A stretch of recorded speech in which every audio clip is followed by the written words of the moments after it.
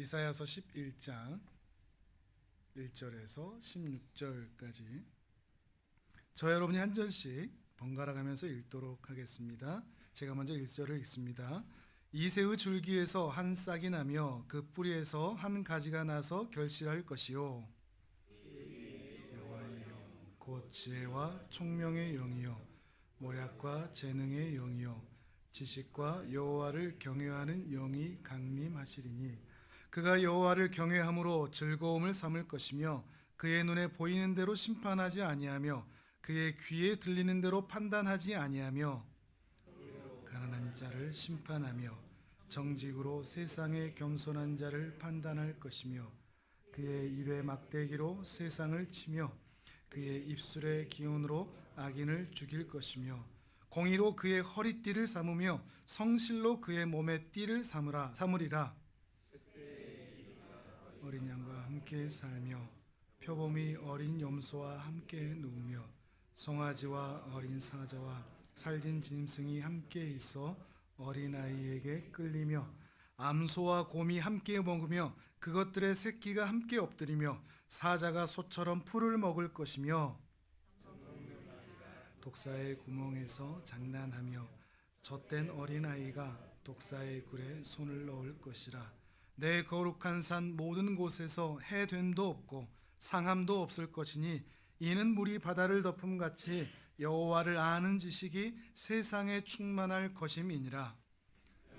이새의 뿌리에서 한 싹이 나서 만민의 기치로 설 것이요 열방이 그에게로 돌아오리니 그가 거한 곳이 영화로우리라.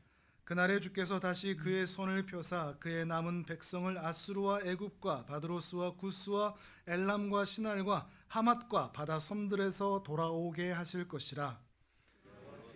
열방을 향하여 기치를 세우시고 이스라엘의 쫓긴 자들을 모으시며 땅 사방에서 유다의 흩어진 자들을 모으시리니 에브라임의 질투는 없어지고 유다를 괴롭게 하던 자들은 끊어지며 에브라임은 유다를 질투하지 아니하며 유다는 에브라임을 괴롭게 하지 아니할 것이요 서쪽으로 블레셋 사람들의 어깨에 날아앉고 함께 동방 백성을 노략하며 에돔과 모압의 손을 대며 암몬 자손을 자기에게 복종시키리라.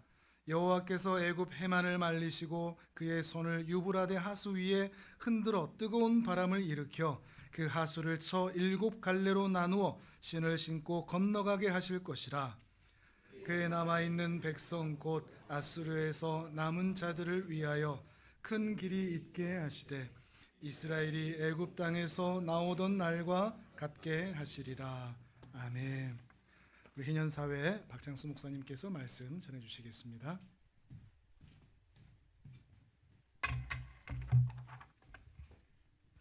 성도님들 참 반갑습니다. 우리 여호와의 종 모세를 하나님께서 강건하게 하셔서 120세까지 사역을 감당을 했죠. 이처럼 이제 우리 하나님께서 우리 박성호 목사님과 우리 하늘품문교회 모든 성도님들을 강건하게 해주셔서 오래도록 주님이 기뻐하시는 일을 감당하실 수 있게 해주시기를 축원합니다. 오늘 말씀의 제목은 메시아의 희년 통치입니다. 메시아는 그리스도라는 뜻입니다. 그래서 오늘 이 이사야 11장은 예수님을 예언한 매우 중요한 이제 본문 중에 하나입니다. 다윗 왕의 아들 솔로몬 왕이 하나님 앞에서 우상을 숭배하고 사회 불의를 자행했습니다. 그 결과 이스라엘은 북왕국 이스라엘과 남왕국 유다로 남북 분단이 되고 말았죠. 그러다가 이사야 선지자가 사역하던 주전 722년에 북쪽의 이스라엘 왕국은 하나님의 말씀에 불순종하다가 아시리아 제국의 침공을 받아서 멸망하고 맙니다. 그리고 그 유민이 남쪽의 유다 왕국으로 또 주변 국가들로 뿔뿔이 이제 흩어져 버렸습니다. 그리고 남쪽의 이 유다 왕국 역시 하나님의 말씀에 불순종하고 있었고, 그 결과 아시리아 제국의 군대가 홍수처럼 밀려오면서 예루살렘을 제외하고 모두 초토화되고 말았습니다. 그러니까 아시리아 제국 군대의 말발굽에 모든 성읍들이 다 파괴되고 오직 예루살렘 하나만 이렇게 남은 이런 상황이었어요. 이런 위기의 시대에 이사야 선지자는 남왕국 유다의 불의를 책망하고 이제 회개를 촉구했습니다. 그래서 이건 이제 제가 그냥 읽겠습니다. 이사야 1장 15절에 보면 이제 하나님께서 이렇게 말씀하십니다. 너희가 손을 펼 때 내가 내 눈을 너희에게서 가리고 너희가 많이 기도할지라도 내가 듣지 아니하리니. 그러니까 이제 기도하면서 손을 들고 이제 기도를 한 거죠. 그래서 손을 펴고 이렇게 기도할 때 하나님의 눈을 가려버리신다는 겁니다. 그걸 보지 않겠다는 것이죠. 그리고 너희가 많이 기도할지라도 내가 듣지 아니하리니. 이제 그 이유가 그 다음에 나옵니다. 이는 너희의 손에 피가 가득함이라. 그러니까 유다의 권력자들이 그 권력을 가지고 힘없는 백성들을 죽였다는 것이죠. 그리고 이제 그 정황이 더 자세히 나온 게 이사야 5장 8절입니다. 가옥에 가옥을 이으며 전토에 전토를 더하여 빈틈이 없도록 하고 이 땅 가운데서 홀로 거주하려 하는 자들은 화했을진저. 그러니까 이 남왕국 유다의 힘 있는 자들이 가옥에 가옥을 더하고 전토에 전토를 더해서, 전토는 땅입니다. 그러니까 가옥이 집이죠. 집에 집을 더하고 땅에 땅을 더해서 모든 가난한 사람들의 땅들과 집들을 다 빼앗아 가져가 버린 것입니다. 바로 그런 과정에서 거기에 저항하는 가난한 사람들을 죽인 거죠. 그래서 그들의 손에 피가 가득한 그런 상황인 겁니다. 원래 하나님이 모세를 통해 주신 율법 가운데에는 희년법이 있습니다. 희년은 이제 복희자 해년자를 써서 복된 해라는 뜻인데, 구약 달력에서 50년째 되는 해를 희년이라고 합니다. 제50년 이 희년이 오면 가난한 사람들이 그 전에 잃어버린 자기의 땅을 되찾고 집을 되찾고 자유를 되찾습니다. 그래서 남의 집에 종살이 머슴살이로 끌려간 사람도 희년이 되면 자유를 얻어서 해방이 되고, 그리고 잃어버렸던 땅들과 집들을 다 가난한 사람들이 되찾게 되는 것이죠. 그래서 모든 사람이 자기 집에 살면서 하나님이 골고루 나누어 주신 땅에서 열심히 일하고, 그리고 일한 만큼 그 노동의 열매를 각자가 모두 누리게 됩니다. 모든 사람의 주거권이 보장되는, 이걸 이제 주거정이라고 합니다. 그리고 모든 사람의 토지 평등권이 실현되는, 이것을 토지정이라고 합니다. 그리고 각 사람이 일한 만큼 그 일한 열매를 모두 누리는, 이것을 노동정이라고 합니다. 이 세 가지, 주거정의, 토지정의, 노동정의가 모두 실현되는 것이죠. 이 구약 희년 사회에서는요. 그 가운데 토지 평등권 실현이 가장 중요합니다. 이 구약 희년 체제의 토대가 토지법입니다. 그래서 토지 평등권 실현이 가장 중요한데, 오늘날 이 토지 평등권을 실현할 수 있는 최선의 제도가 토지의 사용료를 지대라고 합니다. 땅지 대가대에서 토지 사용의 대가, 토지 사용료. 그래서 이런 건물 임대료는 이 건물분 임대료하고 그 건물이 입지하고 있는 토지의 토지분 임대료, 이 두 가지 합으로 됩니다. 토지분 임대료 플러스 건물분 임대료가 합해서 전체 건물 임대료를 형성하는데, 그 중에 토지분 임대료가 오늘날 이게 지대입니다. 그리고 이제 농촌 토지의 경우는 이제 땅을 빌려서 경작을 할 경우에 이제 생산물의 얼마를 이제 토지 소유자에게 주죠. 그걸 소장료라고 하는데 그 소장료를 이제 지대라고 합니다. 근데 오늘날 이제 이 지대는 농촌 토지의 지대는 얼마 안 되고 도시 토지의 지대가 대부분을 차지합니다. 그런데 이 토지평등권 실현을 위한 최선의 제도는 바로 이 토지의 사용료, 이 지대에 세금을 부과해서 그 일부는 국가의 공공재정으로 사용합니다. 그래서 사회복지라든가 치안이라든가 이런 공공재정으로 사용을 하고 또 나머지 지대는 모든 사람에게 평등하게 분배하는 것입니다.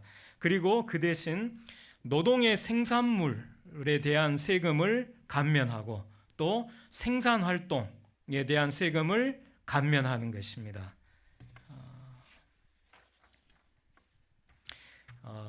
자연물과 인공물이 있습니다.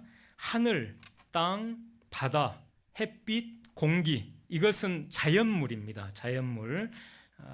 그리고 사람이 일해서 만든 것은 인공물이라고 합니다. 사람이 공을 들여, 노동을 들여 만든 이걸 인공물이라고 합니다. 원칙적으로 이 자연물과 인공물은 구분을 해서 이 자연물은 하나님이 모든 사람에게 주신 선물이니까 공유해야 옳습니다. 자연물은 공유해야 옳습니다. 하늘과 땅과 바다와 공기와 햇빛 같은 이 자연물은 창조주 하나님이 모든 사람에게 주신 선물이니까 공유해야 옳다는 것입니다.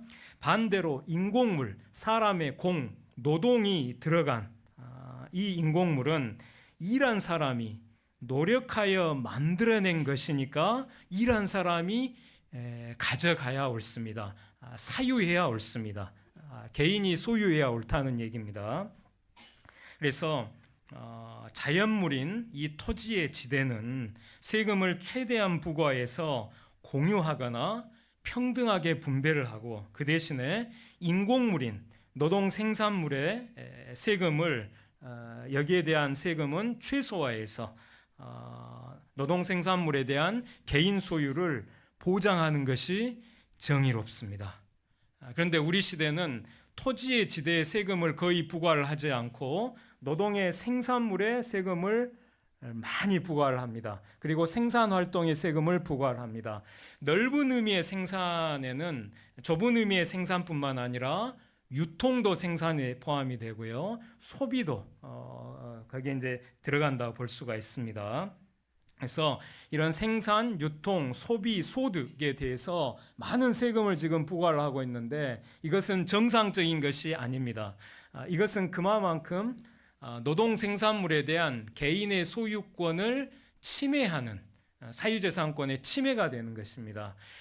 원래 정상적으로 토지의 지대의 세금을 제대로 부과를 해서 이걸 환수를 하면 노동 생산물이나 생산활동에 대한 세금은 엄청나게 줄일 수가 있는데 지금 이렇게 하질 않다 보니까 부동산에 세금을 거의 부과를 하지 않다 보니까 노동 생산물이나 그리고 생산활동의 세금을 많이 부과하는 그런 어그러진 사회가 되었다는 것입니다.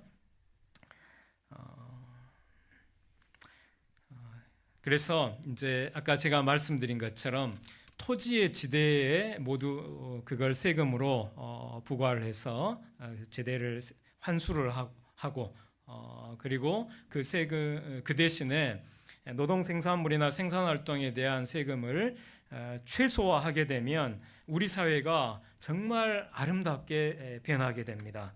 빈익빈 부익부 문제가 해결되고 경제 불평등이 크게 완화됩니다.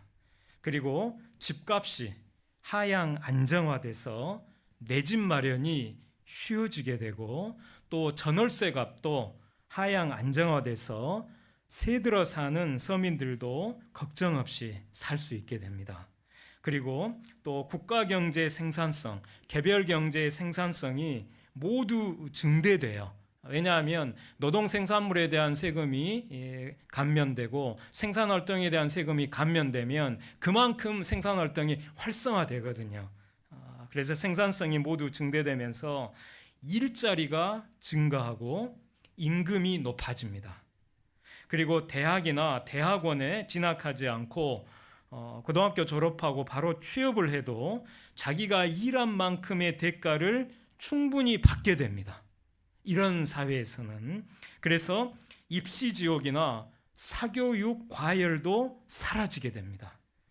그리고 헬조선 절망해서 결혼과 출산을 아예 포기했던 청년들이 이런 세상에서는 새로운 미래 희망을 갖게 돼서 우리나라가 초저출산 위기에서 벗어날 수 있게 됩니다. 이것이 이제 오늘날 희년의 의미입니다. 그런데 유다 왕국의 힘 있는 자들은 이런 희년법을 폐기하고 불의한 법령을 만들었습니다. 그래서 이제 이사야서 10장에 보면 불의한 법령을 만들며 불의한 판결을 해서 고아와 과부의 것을 약탈하는 자들은 화했을진저, 이런 말씀이 선포됩니다. 그래서 희년법을 폐기하고 불의한 법령을 만드는 이걸 입법불이라고 합니다. 바알의 토지법과 같은 힘 있는 자가 얼마든지 땅을 독차지할 수 있고 힘없는 백성은 그 아래서 노예처럼 살아가는 것을 합법화하는 체제가 바알 경제 체제인데, 그런 바알 경제법을 만든 것이죠. 그리고 그런 불의한 법에 근거해서 불의한 재판을 합니다. 이 불의한 재판을 사법불이라고 합니다. 그러니까 입법불의에서 출발해서 사법불의로 진행이 되고 그 다음에 이게 사회불의로 나아갑니다. 가난한 백성의 것, 고아와 과부의 것을 약탈하는 그런 사회불의가 자행이 되는 것이죠. 그래서 이걸 우리 시대에 올바로 이제 개혁을 하려면 어디서부터 시작해야 되냐면 입법 정의부터 시작해야 됩니다. 하나님의 희년법의 정신이 실현이 되는 정의로운 법을 만드는 입법 정의부터 시작을 해서 그 정의로운 법에 근거해서 정의로운 재판을 하는 사법 정의가 실현이 돼야 되고, 그렇게 되면 우리 사회에 가난한 사람들, 고아와 과부와 같은 사회적 약자들이 보호받는 사회정의가 실현이 됩니다. 근데 이 유다의 이 권력자들은 불의한 법을 만들고 그 불의한 법에 근거해서 가난한 사람들의 땅과 집을 모두 빼앗아 독차지했습니다. 제50년 희년이 되면 가난한 사람들에게 땅과 집을 되돌려줘야 마땅한데 하나님의 희년법을 어기고 자기들 것으로 독차지한 것입니다. 그리고 그 가난한 사람들의 자유마저 빼앗아서 그들을 종으로 삼고, 원래 히브리 사람은 결코 종으로 부릴 수가 없는데 종으로 삼고, 또 제50년 희년이 되면 모두 해방시켜줘야 하는데, 희년에 해방시켜줘야 되는데 돌려보내지 않고 계속 노예로, 종으로 억류했습니다. 그리고 그것에 저항하는 가난한 사람들을 죽여서 피를 흘렸습니다. 이런 불의한 현실 가운데 이사야 선지자는 이사야 11장에서 메시아의, 그리스도의 희년 통치를 예언한 것입니다. 그래서 11장 1절 한번 같이 읽겠습니다. 시작. 이새의 줄기에서 한 싹이 나며 그 뿌리에서 한 가지가 나서 결실할 것이요. 여기 이제 원래 줄기에서 가지가 나오고 그 가지에서 싹이 나와야 되죠. 그런데 줄기에서 가지 없이 바로 싹이 나옵니다. 그러니까 줄기는 이 나무의 큰 이 몸체를 줄기라고 하죠. 줄기에서는 가지가 나오고 그 가지에서 싹이 나와야 되죠. 그런데 이 줄기에서 가지 없이 바로 싹이 나옵니다. 그 얘기는 뭐냐면 그 가지가 작벌되었다는 것입니다. 베어졌다는 것이죠. 가지가 베어졌기 때문에 줄기에서 바로 싹이 나온 겁니다. 그리고 이새의 뿌리에서 한 가지가 나서 결실할 것이요.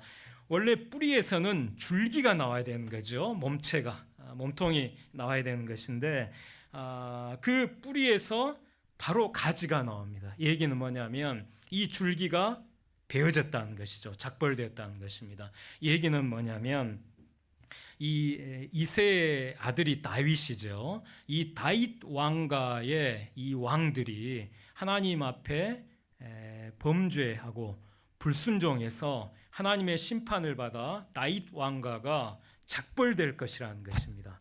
인간 왕이 실패하고 그러니까 하나님의 뜻을 받드는데 인간 왕들이 실패를 하고 그래서 그들이 하나님의 심판을 받아 작벌된 그런 상태에서 그러니까 인간의 실패 위에 메시아가 탄생하실 것이라는 그런 의미를 이제 담고 있는 것입니다. 여기서 나오는 그 이새의 줄기에서 나는 한 싹, 이새의 뿌리에서 나는 한 가지는 바로 메시아 그리스도 예수님을 가리킵니다.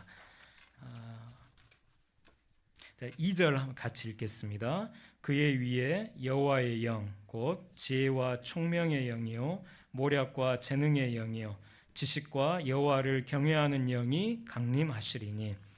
메시아의 희년 통치의 근원은 바로 여호와의 영, 성령의 강림입니다. 성령의 강림.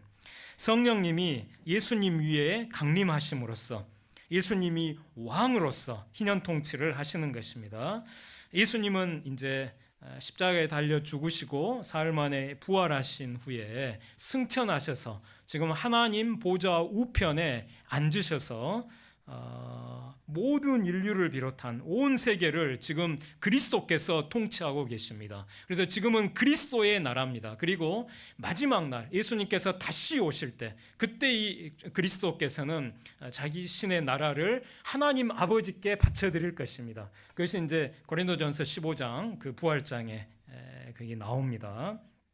지금은 그리스도께서 온 세계를 통치하고 계시는데 바로 그 예수님이 교회에 성령을 보내주셨죠. 성령님을 보내주셨습니다. 그리고 우리 교회를 그리스도의 몸으로 세워주셨어요. 따라서 우리 교회는 왕이신 예수 그리스도의 몸으로서 성령님의 충만하심을 받아서 예수님의 이 희년 통치를 보좌하고 섬겨야 마땅한 것입니다. 그런데 예수님의 희년 통치에서 가장 중요한 특성이 바로 성령님의 강림이었던 것이죠. 따라서 우리 교회가 오늘날 최우선 간구해야 할 기도 제목은 바로 성령 충만인 것입니다. 성령 충만. 만약 교회에 성령님이 충만하게 계시지 않으면 그 교회는 원기가 없이 아파서 누워있는 그런 몸에 지나지 않게 돼서 이런 예수님의 세계 통치를 섬기지 못하게 됩니다. 그리고 아주 극단적으로 심각한 상태가 되면 마치 에스겔이 본 골짜기에 그 가득한 마른 뼈들과 같이 죽은 몸, 시체에 불과할 수가 있는 것이죠. 오늘날 우리 교회가 그리스도의 몸인데 그리스도의 몸인 우리 교회에 성령님께서 충만하게 임재하지 않으시면 우리 교회는 죽은 시체와 같다는 것입니다. 어떤 것도 할 수가 없는 것이죠. 그래서 우리 교회가 간구해야 할 최우선 기도 제목은 바로 성령 충만인 것입니다. 그리고 성령님의 충만을 우리가 간구해야 되는 중요한 목적은 뭐냐? 그리스도의 희년 통치, 그리스도의 세계 통치를 보좌하고 섬기기 위해서 성령님의 충만을 간구해야 된다는 것입니다. 마른 뼈들과 같은 교회에도 성령님이 충만하게 임하시면 다시 살아나서 하나님의 군대로 일어나 예수님의 세계 통치를 보좌하고 섬길 수가 있습니다. 자, 이제 3절 읽겠습니다. 그가 여호와를 경외함으로 즐거움을 삼을 것이며. 왕이신 예수님의 통치는 여호와를 경외하는 통치입니다. 여호와를 경외하는 통치. 그리고 그의 눈에 보이는 대로 심판하지 아니하며 그의 귀에 들리는 대로 판단하지 아니하며. 이 왕이신 예수님의 통치는 세상 지배자들이 조작해서 보여주는 또 들려주는 거짓 여론 그리고 가짜 뉴스에 속지 않는 통치입니다. 우리 시대에 일부 그리스도인들이 가짜 뉴스, 거짓 여론에 속아서 하나님의 뜻에 반하는 그런 언행을 하는 것을 제가 종종 봅니다. 우리도 이제 예수님처럼 이런 세상의 여론을 움직이는 그런 사람들이 조작해서 보여주고 들려주는 그런 거짓 여론과 가짜 뉴스에 속지 말아야 됩니다. 하나님의 말씀을 가지고 그것을 잘 분별을 해서 우리가 이제 살아가야 됩니다. 그리고 이제 4절에 공의로 가난한 자를 심판하며, 이 말씀은 우리 이제 오해되기가 쉬운데요.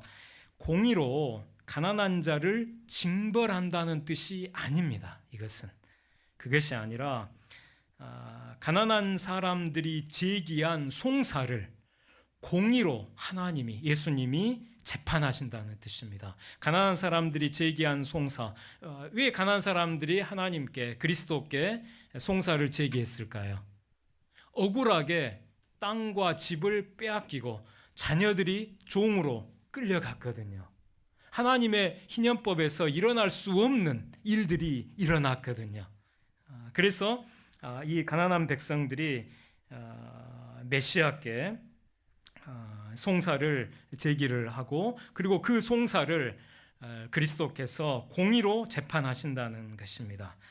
왕이신 예수님의 통치는 억울하게 땅과 집과 자유를 빼앗긴 가난한 사람들이 제기한 송사를 정의롭게 재판하시는 통치인 것입니다. 그리고 이제 4절에 하반절에 정직으로 세상의 겸손한 자를 판단할 것이며, 여기 이제 번역이 좀 아쉬운데요. 여기 직역하면 정직이 아니라 공평입니다. 공평으로, 그리고 세상은 땅입니다. 땅. 히브리어가 땅입니다. 땅에, 그리고 겸손한 자는 이게 가난한 자입니다. 가난한 자. 그리고 위하여가 생략이 되어 있어요. 히브리어는 위하여라는 단어가 여기 있거든요. 그래서 그걸 넣어서 지금 제대로 번역을 하면 이렇습니다. 공평으로 땅에 가난한 자들을 위하여 판결할 것이며, 이런 뜻이 됩니다. 아까 이 가난한 백성들이 땅과 집과 자유를 억울하게 빼앗기고 지금 송사를 제기를 했는데, 그 송사를 그리스도께서 공평으로 그 가난한 자들을 위하여 판결을 내리실 것이라는 말씀인 것이죠. 왕이신 예수님의 통치는 땅의 가난한 자들을 위하여 공평하게 판결해서 그들이 빼앗긴 땅과 집과 자유를 가난한 사람들이 되찾을 수 있게 해주는 통치라는 것입니다. 바로 가난한 자에게 희년을 선포하는 통치인 것이죠. 왜냐하면 가난한 사람들이 땅과 집과 자유를 되찾는 때가 바로 희년이기 때문입니다. 그래서 그리스도의 통치는 가난한 사람들에게 그들이 빼앗긴 땅과 집과 자유를 되찾을 수 있게 해주심으로써 희년을 선포하는 통치라는 것입니다.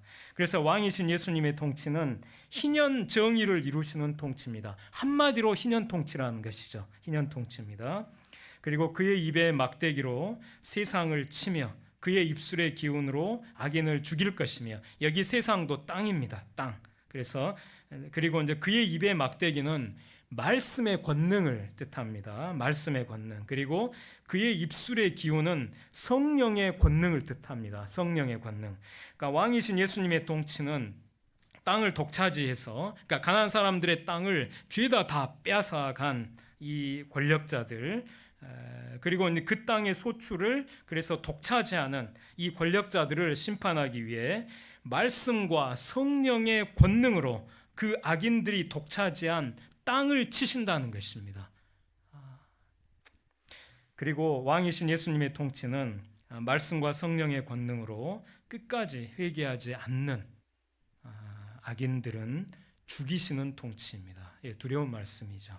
메시아의 희년 통치를 거스르면서 가난한 사람들을 착취하고 자신의 탐욕을 추구하는 악인들은 이 말씀 앞에 두려워하고 떨어야 합니다. 그래서 우리가 우리 시대의 악인들에게 이 말씀을 전해서 그들에게 회개를 촉구해야 하는 이유는 그들이 이 악인들을 죽이시는 주님의 진노의 심판을 당하지 않도록 하기 위해서인 것입니다. 그리고 5절에 공의로 그의 허리띠를 삼으며 성실로 그의 몸의 띠를 삼으리라. 이 왕이신 예수님의 희년 통치는 공의와 성실을 왕복의, 왕이 입는 옷을 왕복이라고 합니다. 이 왕복의 요대, 허리띠, 이 왕복의 허리띠, 이 요대로 이 공의와 성실을 삼으시는 통치입니다. 그러니까 공의를 성실하게 반드시 이루시고야만은 통치라는 것입니다. 예수님의 이 말씀은 허언이 아닙니다. 공의를 성실하게 반드시 이루시고야 만다. 그런 의미가 여기에 이제 담겨 있는 것입니다. 이처럼 메시아의 통치는 성령의 강림에 의해 희년 정의를 실현하시는 희년 통치입니다. 그런데 메시아의 희년 통치는 이 희년 정의로 끝나지 않습니다. 그 다음에 궁극적으로 희년 평화가 희년 정의의 토대에서 희년 평화가 실현됩니다. 그것이 바로 이어지는 이제 6절 이하의 그 내용이죠. 6절에 이제 그때로 시작을 하죠. 그때 바로 메시아께서 희년 정의를 실행하시는 그때. 이제 7절 하반절에 사자가 소처럼 풀을 먹을 것이며 사자가 소처럼 풀을 먹는다. 이것은 강자가 맹수의 폭력성을 버리게 된다는 것입니다. 우리 사회 갑을 관계에서 갑이 그 폭력적 탐욕을 버리게 된다는 것이죠. 국제 관계에서 강대국이 그 폭력성을 버리게 된다는 것입니다. 그리고 이리가 어린 양과 함께 살며 표범이 어린 염소와 함께 누우며 송아지와 어린 사자와 살진 짐승이 함께 있어 어린 아이에게 끌리며 암소와 곰이 함께 먹으며 그것들의 새끼가 함께 엎드리며 젖먹는 아이가 독사의 구멍에서 장난하며 젖된 어린 아이가 독사의 굴에 손을 넣을 것이라. 이것은 강자가 약자와 평화롭게 공존하는 희년 평화가 이루어진다는 의미입니다. 갑이 을과 평화롭게 공존하고 강대국이 약소국과 평화롭게 공존하는 이런 희년 평화가 이루어진다는 의미입니다. 희년 정의를 통해서 희년 평화가 이루어지는 것입니다. 정의가 없이 평화는 이루어질 수가 없습니다. 정의가 없는 평화는 거짓 평화, 가짜 평화입니다. 성경이 말하는 평화는 정의에 토대한 평화입니다. 정의가 실현되는 평화인 것이죠. 바로 메시아의 희년 통치는 희년 정의를 통해 희년 평화를 실현하시는 통치인 것입니다. 그래서 이제 9절 한번 같이 읽겠습니다. 내 거룩한 산 모든 곳에서 해됨도 없고 상함도 없을 것이니 이는 물이 바다를 덮음같이 여호와를 아는 지식이 세상에 충만할 것임이니라. 하나님의 거룩한 산은 약육강식, 그러니까 약한 자가 잡아먹히고 강한 자가 잡아먹는 이런 약육강식의 정글법칙 아래 있지 않을 것입니다. 그 이유는 바로 여호와를 아는 지식이 온 세상에 충만할 것이기 때문입니다. 지금 이 앞에 이 화면에 이 사진처럼 물이 이 땅을 덮어서 지금 바다가 된 거죠. 저 바다에 이 물이 충만한 것처럼 여호와를 아는 지식이 세상에 충만하게 될 것이기 때문입니다. 그럼 여기서 우리는 질문을 해야 합니다. 어떤 여호와를 아는 지식이 세상에 충만하게 될 때 이런 희년 평화가 실현된다는 것입니까? 바로 메시아를 세우시고 그 메시아 위에 성령을 강림하게 하셔서 희년 정의, 희년 평화를 실현하시는 바로 그 여호와를 아는 지식이 세상에 충만하게 될 때 그때 희년 평화가 실현된다는 것이죠. 곧 예수 그리스도를 세우시고 그 위에 성령을 보내셔서 희년의 하나님 나라를 선포하게 하시는 이 하나님을 아는 지식이 온 세상에 충만하게 될 때 해됨도 없고 상함도 없는 희년의 하나님 나라가 이 땅에 임하게 될 것입니다. 그리고 오늘날 우리 교회가 온 세계를 향해서 이 하나님의 말씀을 희년의 말씀을 비롯한 하나님의 모든 말씀을 온 세상에 가르쳐야 되는 아주 핵심이 되는 기관인 것이죠. 그래서 교회 우리 성도님들에게 이 말씀이 충만하게 돼야 되는 것입니다. 제가 두 가지 충만을 강조합니다. 하나는 성령 충만이요, 하나는 말씀 충만입니다. 성령으로 충만하고 그리고 말씀으로 충만하게 될 때 우리는 온 세상에 희년 정의와 희년 평화를 이루시는 그리스도의 희년 통치를 우리가 온전히 보좌하고 섬길 수 있게 되는 것입니다. 그리고 10절에 이 말씀을 같이 읽겠습니다. 10절입니다. 그날에 이새의 뿌리에서 한 싹이 나서 만민의 기치로 설 것이요 열방이 그에게로 돌아오리니. 맨 앞에 그날에라고 되어 있죠. 그날에. 이 그날이란 메시아께서 희년 정의를 통해 희년 평화를 이루시는 바로 그날입니다. 그리고 여기 이새의 뿌리에서 한 싹이 나서 만민의 기치로 설 것이요. 여기 이제 히브리어를 직역하면 이새의 뿌리가 있으리니 그가 만민의 기치로 설 것이요입니다. 그래서 이새의 뿌리는 바로 메시아 그리스도를 가리킵니다. 이새의 뿌리이신 그리스도께서 만민의 기치, 깃발로 서실 것이고 열방이 모든 나라가 모든 민족이 그에게로 돌아오게 될 것입니다. 메시아는 열방이 돌아올 만민의 깃발입니다. 참된 세계 평화는 열방이 모든 나라가 희년 통치를 행하시는 예수 그리스도께 돌아올 때 이루어질 것입니다. 모든 나라가 그리스도께 귀의할 때, 그리스도께 모든 나라가 돌아올 때 비로소 희년 평화가 실현된다는 것입니다. 참된 세계 평화는 강대국 정상들이 평화조약을 맺는다고 해서 실현되는 것이 아닙니다. 모든 나라, 모든 민족이 그리스도께 돌아올 때, 그럴 때 참된 세계 평화가 이루어진다는 것입니다. 이것이 바로 이사야의 평화 신학입니다. 그리고 이제 이어지는 말씀은 이제 이사야의 통일 신학인데요. 11절과 12절을 읽겠습니다. 그날에 주께서 다시 그의 손을 펴사 그의 남은 백성을 아수르와 애굽과 바드로스와 구스와 엘람과 시날과 하맛과 바다 섬들에서 돌아오게 하실 것이라. 여호와께서 열방을 향하여 기치를 세우시고 이스라엘의 쫓긴 자들을 모으시며 땅 사방에서 유다의 흩어진 자들을 모으시리니. 여기 11절 맨 앞에도 그날에가 있죠. 그날에. 바로 그날에 메시아께서 희년 정의를 통해 희년 평화를 이루시는 그날에 메시아는 그의 남은 백성 그러니까 이제 12절에 나오는 이스라엘의 쫓긴 자들, 그러니까 북왕국 이스라엘의 쫓긴 자들, 지금 아시리아 제국의 멸망을 해서 북이스라엘 왕국의 유민들이 그 주변 나라들로 다 쫓겨갔거든요. 그래서 그 이스라엘의 쫓긴 자들, 그리고 유다의 흩어진 자들, 이 남왕국 유다의 백성들도 아시리아 제국 군대의 침공을 당해서 예루살렘을 제외하고는 다 초토화돼 버렸어요. 그래서 남유다 백성들도 다 흩어져 버린 겁니다. 바로 그들이, 그러니까 북왕국 이스라엘의 쫓긴 자들, 남왕국 유다의 흩어진 자들이 돌아올 그 민족의 깃발이 누구냐? 바로 그리스도라는 것입니다.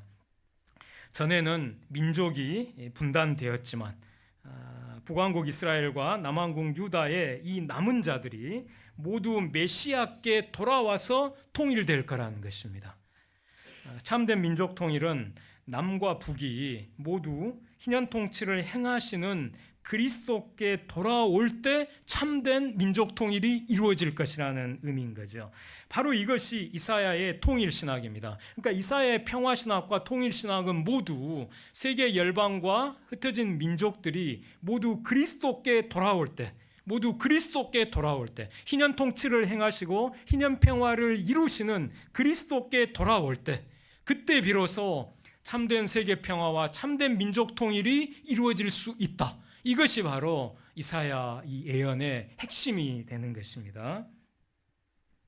13절 말씀 같이 읽겠습니다. 에브라임의 질투는 없어지고 유다를 괴롭게 하던 자들은 끊어지며 에브라임은 유다를 질투하지 아니하며 유다는 에브라임을 괴롭게 하지 아니할 것이요. 여기 이제 에브라임은 북왕국 이스라엘을 가리킵니다. 북왕국 이스라엘의 가장 힘 있는 지파가 에브라임 지파였거든요. 그래서 이 에브라임이란 말은 이제 여기서는 북왕국 이스라엘을 가리키는 표현입니다. 그리고 유다는 남왕국 유다를 뜻합니다. 그래서 이 말씀은 에브라임의 질투, 즉 북쪽의 질투는 없어지고, 그리고 유다, 남을 적대하던 자들은 끊어지며, 괴롭게 한다는 뜻은 적대한다는 뜻입니다. 이 뜻이. 그래서 북의 질투는 없어지고 남을 적대하던 자들은 끊어지며, 북은 남을 질투하지 아니하며 남은 북을 적대하지 않을 것이다. 이런 의미가 되는 것이죠. 메시아의 희년 통치 아래 남과 북의 화해와 통일이 이루어진다는 것입니다. 그리고 이제 14절 말씀입니다. 그들이 서쪽으로 블레셋 사람들의 어깨에 날아앉고 함께 동방 백성을 노략하며 에돔과 모압의 손을 대며 암몬 자손을 자기에게 복종시키리라. 이 통일 왕국, 메시아에 의해 통일되는 이 통일 왕국이 복속시킬 이 나라들 가운데 블레셋, 그다음에 동방 백성, 이건 이제 아람을 뜻합니다. 동방 백성은 아람, 그리고 에돔, 모압, 암몬. 이 이제 통일 왕국이 복속시킬 이 주변 열국은 모두 다 옛날 다윗 왕국이 복속시켰던 국가들이에요. 따라서 이 비전은 다윗 왕국의 회복을 1차적으로 뜻합니다. 그런데 이 회복될 다윗 왕국은 이사야 11장 이 전체 문맥에서 보면 이새의 뿌리이신 메시아께서 통치하시는 왕국이죠. 그래서 이것은 메시아 왕국입니다. 메시아 왕국. 그런데 이 메시아 왕국은 메시아의 희년 통치의 적대적인 이 악의 세력을 권능으로 굴복시키시지만, 이제 맹수가 약한 동물을 잡아먹듯 힘이 약한 주변 열국을 무자비하게 억압하고 착취하는 제국은 결코 아닙니다. 그런 뜻이 아니에요. 지금 이 말씀은, 이 비전은 본질적으로 출애굽 이스라엘이 하나님께 받았던 원래의 소명대로 메시아께서 통치하시는 이 통일 왕국이 주변 열국, 주변의 모든 나라들을 위해 하나님의 말씀으로 가르치고 기도하며 다스리는 제사장 나라가 될 것이라는 그 의미예요. 제사장 나라. 지금 이 말씀은. 그래서 이제 출애굽기 19장 5, 6절에 이제 이스라엘 그 국가의 그 사명 선언문이 여기 이제 담겨 있습니다. 하나님께서 이제 모세를 통해 이스라엘 백성에게 하신 말씀이, 세계가 다 내게 속하였나니 너희가 내 말을 잘 듣고 내 언약을 지키면 너희는 모든 민족 중에서 내 소유가 되겠고 너희가 내게 대하여 제사장 나라가 되며 거룩한 백성이 되리라. 이스라엘을 제사장 나라로 삼으셔서 세상 모든 나라, 모든 민족을 위해 이 제사장 나라인 이스라엘이 기도하고 하나님의 말씀을 모든 열방에 가르치면서 섬기는 그런 제사장 나라 되는 것이 이 이스라엘의 이 사명이었는데, 이스라엘이 여기에 실패해버리고 말았죠. 그런데 지금 우리가 읽은 11장 14절 이 본문의 의미가 바로 이 제사장 나라의 그런 비전이라는 것입니다. 이 메시아 왕국은 제사장 나라라는 것이죠. 제사장 나라. 그리고 이제 마지막 이제 15, 16절, 여호와께서 애굽 해만을 말리시고 그의 손을 유브라데 하수 위에 흔들어 뜨거운 바람을 일으켜 그 하수를 쳐 7갈래로 나누어 신을 신고 건너가게 하실 것이라. 그의 남아있는 백성 곧 아수르에서 남은 자들을 위하여 큰 길이 있게 하시되 이스라엘이 애굽 땅에서 나오던 날과 같게 하시리라. 아멘. 15절 맨 앞에 누가 하십니까? 여호와께서 바로 하나님이 하실 것이라는 것입니다. 그리고 이제 16절 마지막에 보면 이스라엘이 애굽 땅에서 나오던 날과 같게, 그러니까 이 출애굽, 그러니까 모세의 인도를 따라서 이스라엘 백성이 출애굽하던 그때처럼 이 출애굽과 같은 새로운 출애굽을, 새 출애굽을 여호와께서 그의 남은 백성을 위해 실행하실 것이다. 이런 이제 예언인 것입니다. 하나님의 직접 통치에 의해 새 출애굽이 일어날 것입니다. 메시아이신 예수님의 십자가 죽음과 부활을 통해 죄로부터 해방되고 사탄으로부터 해방되고 죽음으로부터 해방되는 새로운 출애굽이 일어날 것이라는 그런 예언이 되는 것이죠. 메시아이신 예수님은 십자가 죽음과 부활을 통해 우리를 죄와 마귀의 종노릇으로부터 종로릇에서 해방하시는 새로운 출애굽으로 하나님의 나라를 이 땅에 예수님이 임하게 하셨습니다. 예수 그리스도의 희년 통치에 의해 우리 민족은 또한 1945년 일본의 압제에서 해방되었어요. 우리 결례를 일본의 압제에서 해방하신 분은 메시아 예수 그리스도이십니다. 그러나 곧이어 우리 민족이 남북으로 분단되어 서로 적대하게 됐습니다. 그러나 이 분단된 남과 북은 화해와 통일을 이루고 제사장 나라의 사명을 감당해야 합니다. 그것이 우리 결례가 하나님 앞에 기도하고 힘써야 할 사명이라고 저는 생각합니다. 현재 이 남한의 자본주의 또 북한의 사회주의는 모두 문제가 많습니다. 이 두 체제를 모두 극복하고 통일을 이룰 수 있는 최선의 대안이 바로 희년입니다. 그래서 남쪽은 돈이 지배하고 있고 북한은 이제 김일성 그 가계가 지배하고 있죠. 정상적인 체제가 아닙니다, 둘 다. 그리고 경제적인 측면에서 보더라도 토지의 지대는 공유하거나 평등 분배하고 반대로 노동의 생산물은 일한 사람이 개인 소유하는 그런 희년 체제로 통일을 이루어야만 남한의 자본주의 또 북한의 사회주의 이 두 체제를 모두 개혁하면서 최선의 통일을 이루어낼 수 있습니다. 북한에서 남한으로 오신 동포들은 북과 남 이 모두의 비정하고 잔인한 체제 때문에 죄 없이 고통당해 왔다는 점에서 탈북 동포들은 민족 분단의 십자가를 진 분들입니다. 그래서 한국 교회와 한국 사회가 북한 동포들을 따뜻하게 맞이하고 도울 수 있을 때라야 비로소 동포들이 고통스럽게 지고 있는 이 분단의 십자가는 평화와 통일의 면류관으로 바뀔 수 있게 될 것입니다. 북과 남의 체제 모두에서 살인적인 비인간성을 경험한 민족 분단의 희생자들인 이 탈북 동포들이 희년의 말씀과 이상을 가슴에 품고 남과 북을 모두 희년 체제로 변혁하는 희년 통일의 주역으로 일어서기를 간절히 바랍니다. 그리고 우리 남쪽에 살고 있는 우리도 동일하게 희년의 말씀과 이상을 가슴에 품고 남과 북을 모두 그리스도께서 통치하시는 이 메시아 왕국이 될 수 있도록 그리스도의 나라로 변혁될 수 있도록 그렇게 우리가 기도하고 노력하면 좋겠습니다. 남과 북이 모두 토지정의, 주거정의, 노동정의를 모두 포함하는 이 희년정의를 실현해서 희년평화를 이루어 가시는 예수 그리스도의 희년 통치가 나타나는 그런 희년 한국을 남과 북 우리 결례가 이룰 수 있도록 우리가 기도하면 좋겠습니다. 그리고 희년 한국의 기초에서 통일 한국을 이루고 나아가 선교 한국을 이룰 수 있도록 제사장 나라의 사명에 매우 중요한 것이 선교 한국입니다. 온 세상에 하나님의 나라 복음을 전파하는 이 선교 한국을 이룰 수 있도록 기도하면 좋겠습니다.